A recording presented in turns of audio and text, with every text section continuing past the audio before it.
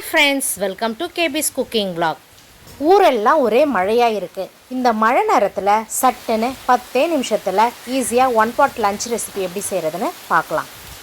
இப்போ நாம் செய்ய போகிறது ரொம்ப சிம்பிளான ஒன் பாட் ரெசிபி தக்காளி சாதம் தான். இந்த மழை நேரத்தில் சிம்பிளான தக்காளி சாதத்தை நீங்களும் செஞ்சு ட்ரை பண்ணி பாருங்கள். இந்த தக்காளி சாதத்துக்கு தேவையான இன்க்ரீடியன்ட்ஸ்: 1 கப்பு பாஸ்மதி அரிசி, 2 தக்காளி, 2 வெங்காயம், 2 பச்சை மிளகாய், எண்ணெய், மிளகாய்த்தூள், உப்பு. ஃபஸ்ட்டு இந்த ரெசிபிக்கு தேவையான 1 கப்பு பாஸ்மதி அரிசியை நல்லா கழுவி எடுத்து வச்சிடலாம். இப்போ தக்காளி சாதம் செய்கிறதுக்கு ஒரு குக்கரில் 1 ஸ்பூன் நெய், 1 ஸ்பூன் எண்ணெயை ஆட் பண்ணிடலாம். நாம் ஆட் பண்ண நெய் நல்லா சூடானதும் கட் பண்ணி வச்சுருக்க 2 வெங்காயம், 2 பச்சை மிளகாயை போட்டு வதக்கிடலாம். வெங்காயம் ஓரளவுக்கு கோல்டன் ப்ரௌனாக வதங்கினதும் தேவையான இஞ்சி பூண்டு விழுதை சேர்த்து வதக்கிடலாம். நாம் சேர்த்து இஞ்சி பூண்டு வதங்கினதுக்கப்புறம் கட் பண்ணி வச்சுருக்க 2 தக்காளியை சேர்த்து வதக்கிடலாம்.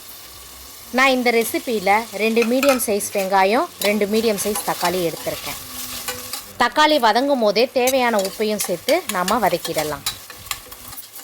இந்த தக்காளி சாதத்தில் நான் 1 ஸ்பூன் காஷ்மீரி மிளகாத்தூள் மட்டும்தான் ஆட் பண்ணியிருக்கேன். வேறு எந்த மசாலா ப்ராடக்ட்டும் நான் ஆட் பண்ணலை. அது கூடவே 2 ஸ்பூன் தயிர் ஆட் பண்ணி நல்லா வதக்கணுன்னு தேவையான தண்ணியை ஊற்றி நல்லா கொதிக்க விடலாம்.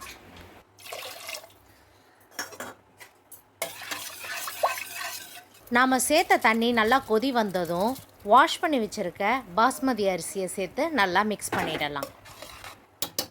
அரிசியை சேர்த்ததும் குக்கரை மூடி போட்டு மூடி 3 விசில் விட்டு இறக்குனா சூப்பரான தக்காளி சாதம் ரெடி ஆகிடும்.